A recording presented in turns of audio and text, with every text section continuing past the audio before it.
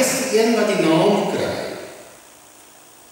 Soos ek reeds gesê het, Lamech het nog seuns en dogters verwek, maar hulle bly naamloos. Met trane in sy oë kyk God vanuit die hemel neer op die aarde. En die verhaal vertel vir ons dat God spyt gekry het dat hy die mens gemaak het. Later in die verhaal lees ons egter weer dat God spyt gekry het omdat hy spyt was oor die skepping van die mens. God het dus verander. Ons leer God in die Ou Testament ken as die ewige wat ook die veranderlike is. Die een wat ook van besluit kan verander. Maar terug na die begin van die verhaal. God het berou gehad dat hy die mens gemaak het. Die mens het hom diep bedroef gelaat. Kan ek nie maar 'n nuwe begin maak met die mens nie, het God by sigself gedink. As ek maar die water, wat ek in die begin ingeperk het, kan ek dit nou maar loslaat, om die aarde te bedek, dink God. As ek nou maar 'n groot vloed oor die aarde laat kom, sal al die mense in die groot waters te sterwe kom. Behalwe daardie een persoon, van wie gesê word, dat hy goed en regverdig was. Dan kan ek inderdaad weer 'n nuwe begin maak met die mens. God het onmiddellik aan Noag gedink, van wie daar gesê word dat hy graag saam met God gewandel het. God dink aan Noag se vrou. En as hy hulle twee, met hulle seuns en hulle vrouens, kan spaar, kan daar weer 'n nuwe begin wees. En saam met hulle sal daar ook diere en voëls in die ark ingaan. En met hulle almal sal daar weer 'n nuwe begin gemaak kan word. Sal 'n nuwe begin kan gebeur. Miskien kom die vraag by u as hoorder of as leser van hierdie teks op, watter tipe godsbeeld kry ons dan nou eintlik in hierdie teks? Naamlik 'n God wat dink dat hy geweld met geweld moet vergeld. Dit is tog 'n bietjie vreemd. Pas nie heeltemal in by dit wat ons dink oor God nie. Maar belangrik is om te onthou dat hierdie die God van die verteller van die verhaal is. Die godsbeeld van die verteller van die verhaal. Die verhaal is trouwens ook nie uniek van hierdie verteller nie. Ons kry soortgelyke verhale van sonvloed, van sulke groot oorstromings in ander kulturele ruimtes, van Tibet tot in Mexico, van die ooste tot in die weste. Oral ter wêreld het die mense tot in die binneland dierefossiele gekry. En hulle het dus ook gefantaseer oor 'n groot vloed wat die wêreld getref het. Oral en altyd voel die mens bedreig deur moontlike rampe. En daarom besweer hulle angste en vrese deur verhale te vertel van redding uit die nood. Dit is tipies menslik. Soos ek gesê het, in ander kulturele ruimtes kry ons dit ook. So ook het die ballinge uit Juda in Babylonië geweet van die vloed van die volke wat jou kan oorspoel, asook van die haat waarin jy kan ondergaan. Miskien voel ons vandag ook soms so. Dit lyk asof die wêreld wil ondergaan deur die ongelooflike haat en polarisasie tussen mense. Dit laat mens ook onrustig en bedreigd voel. Dit lyk egter vir my asof die verteller van die verhaal nie 'n probleem gehad het om 'n verhaal te vertel waarin God die sluise van die hemel sal oopmaak en alles op die aarde sal vernietig. Digheid is die onheil wat die mens gaan tref met vrymoedigheid aan God toe, of sien hy eerder die vloed as 'n ramp wat die mens oor hom of haarself gebring het? Of miskien het die verteller van hierdie verhaal glad nie eers hierdie moeilike vraag gevra nie. Miskien is dit net ons wat hierdie vraag vra. Noag moet 'n ark bou, want Noag is die een wat met God wandel. Noag kom agter dat daar iets aan die gang is, maar hy weet nog nie presies wat. God het spyt gekry dat hy die mens aan die begin gemaak het, want die mens was boos. Noag timmer voort aan hierdie groot skip, hierdie groot skip wat hy moet maak. Dan lees ons, die water het tot by die skip gekom. 40 dae en 40 nagte tuister hewige reënbuie die aarde. Die riviere se walle oorstroom, damme en mere loop oor. Iemand het die vensters van die hemel oopgelaat. Noag laat die diere in die ark ingaan en uiteindelik gaan met sy vrou, sy seuns en die skoondogters saam in die ark. God sluit die deur agter hulle toe. God is nou heel anders. God is soos 'n moeder wat haar kind in die bed sit, 'n nagsoen gee en daarna die deur saggies agter die kind toemaak.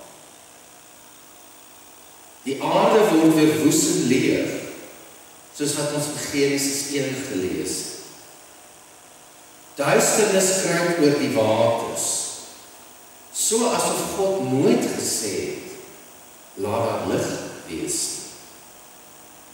Eers sterf die kruipende diere, vervolgens die vee, en daarna sterf die mense.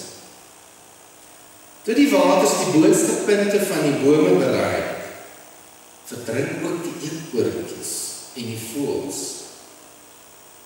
Slegs die visse het niks agtergekom van wat hier aan die gang was.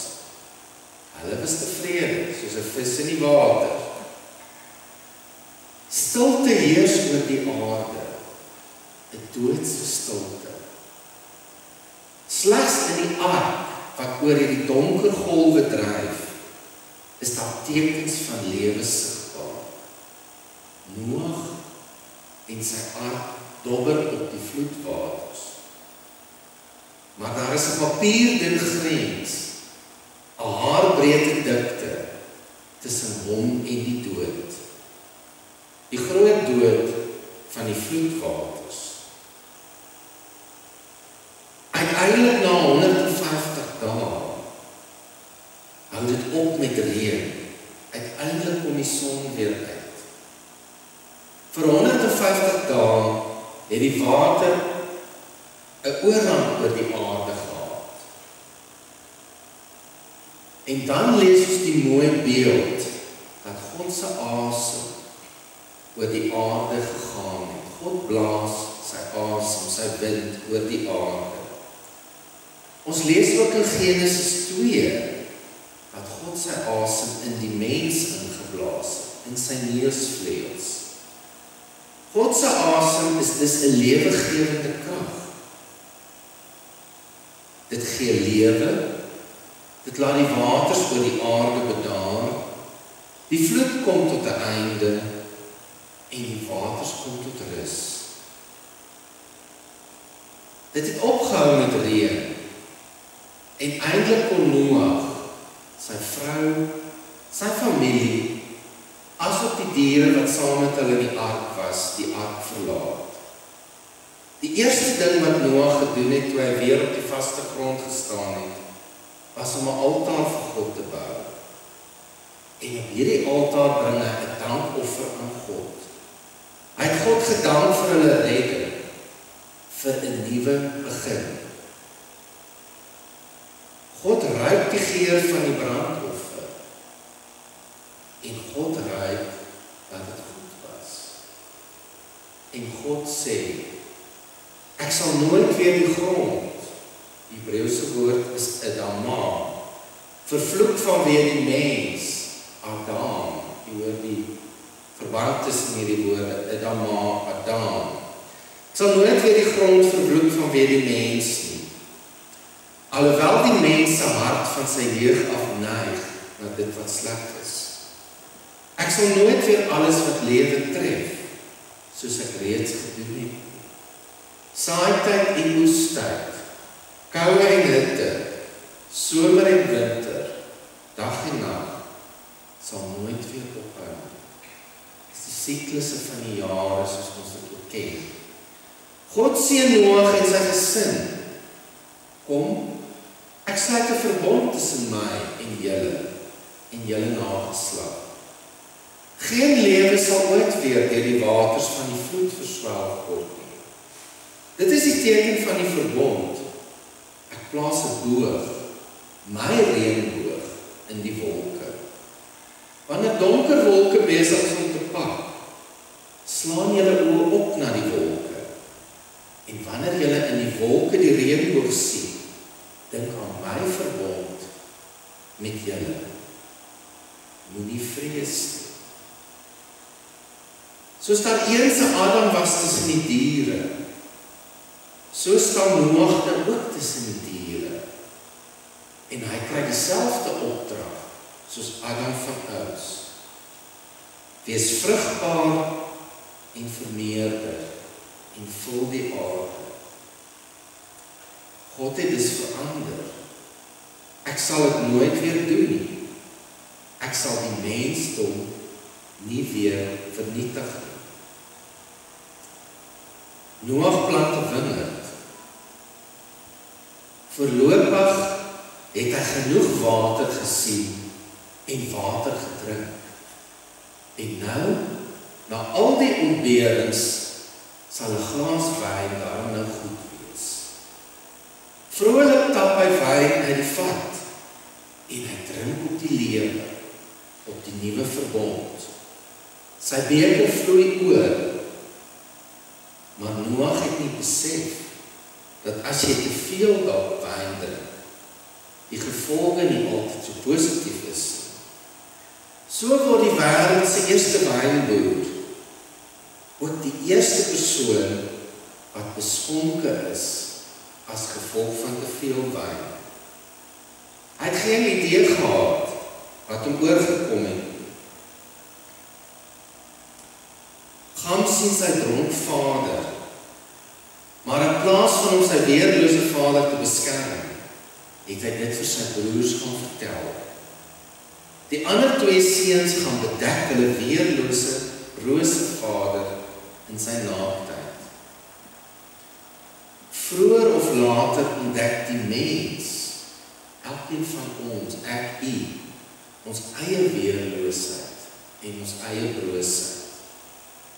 Dit word egter 'n tragiese verhaal indien die mens se eie broosheid ontken, negeer en die ander in hulle broosheid spot. Ek sluit af. Die verhaal van Noag leer ons dat God weer 'n nuwe begin met die mens maak. God skryf altyd weer 'n nuwe verhaal met die mens. Ten spyte van die mens se swakheid, ten spyte van die mens se broosheid, ten spyte van ons uitgelewerdheid aan die lewe en die bedreigings van die lewe. God is altyd weer die God van 'n nuwe begin, al is ons broos en swak. Amen. Kom ons sluit ons oë in gebed.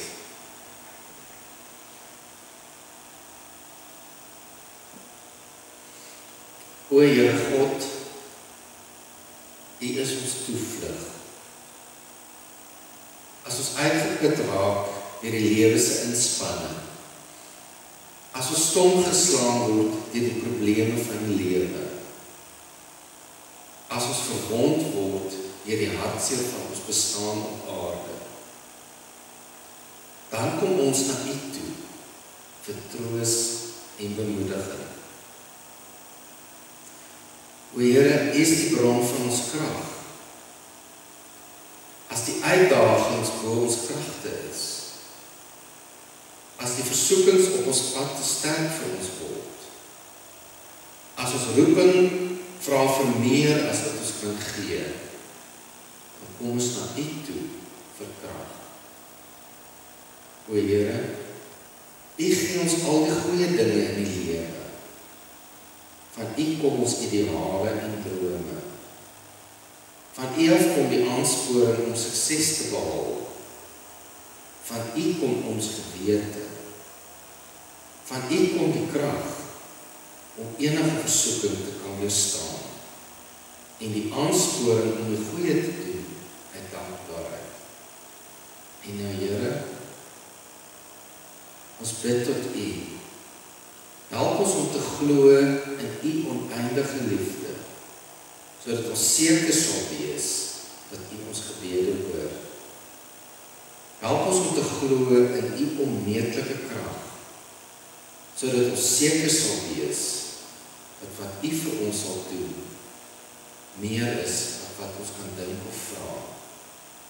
Help ons om te glo in U alwysheid, sodat ons seker sal wees dat U ons sal antwoord. Nie soos ons in ons onkunde van U vra nie, maar soos U in U volmaakte wysheid weet wat die beste vir ons is. Ons bid dit alles in die naam van Jesus Christus, ons Here. Amen.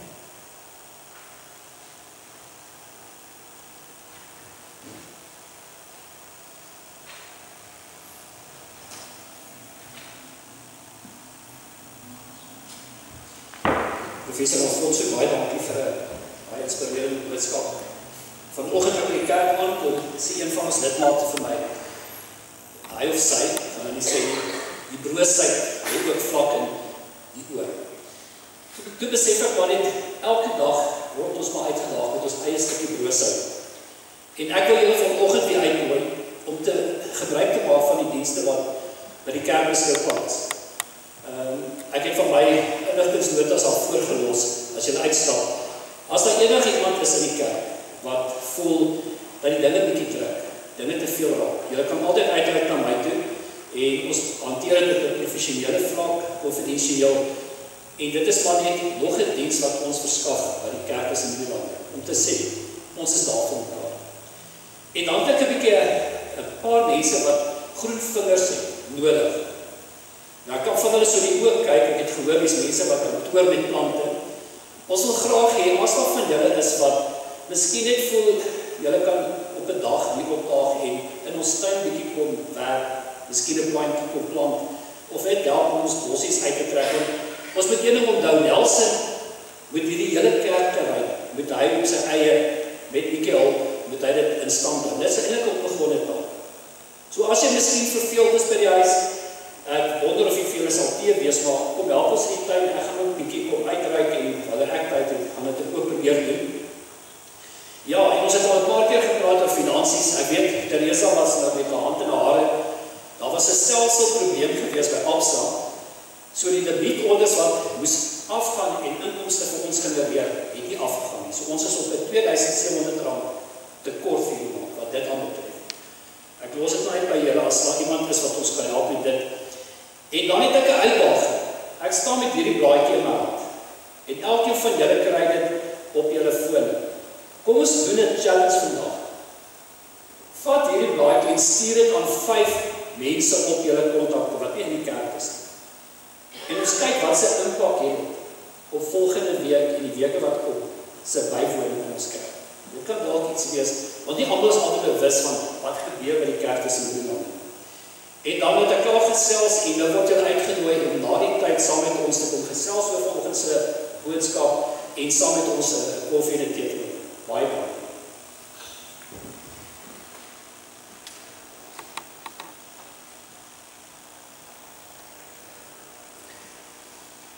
wil jy graag uitnooi om te staan en saam met ons die slotlied te sing, lied 501. Ek het toe wilde storms gewoed het. Lied 501, strofe 1 tot 2.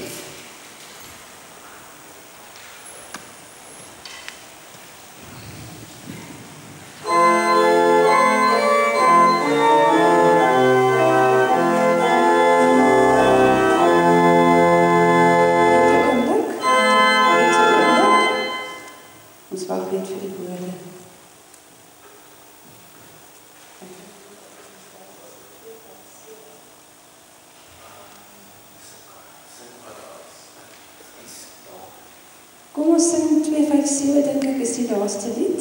Ja, dis opreg.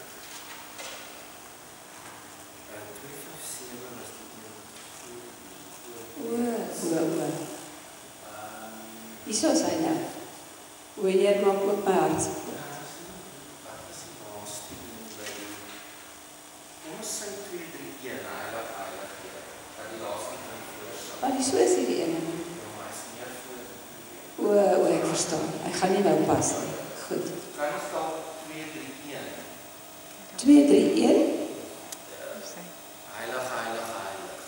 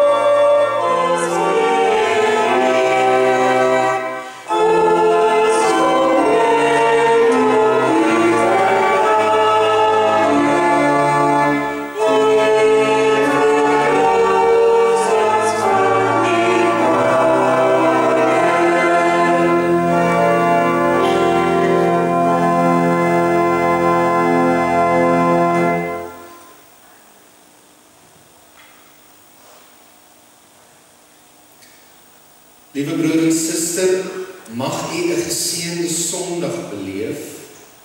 Mag u 'n Godsfees, 'n Christusfees beleef.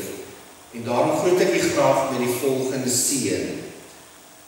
Mag die Here Jesus Christus by jou wees om jou te beskerm. Binne in jou wees om jou te verfris. Rondom jou wees om jou te bewaar. Voor jou wees om jou te lei. Agter jou wees om jou te regverdig. Bo jou wees om jou te seën. Hy wat saam met die Vader en die Heilige Gees leef en regeer. God vir ewig en vir altyd. Amen.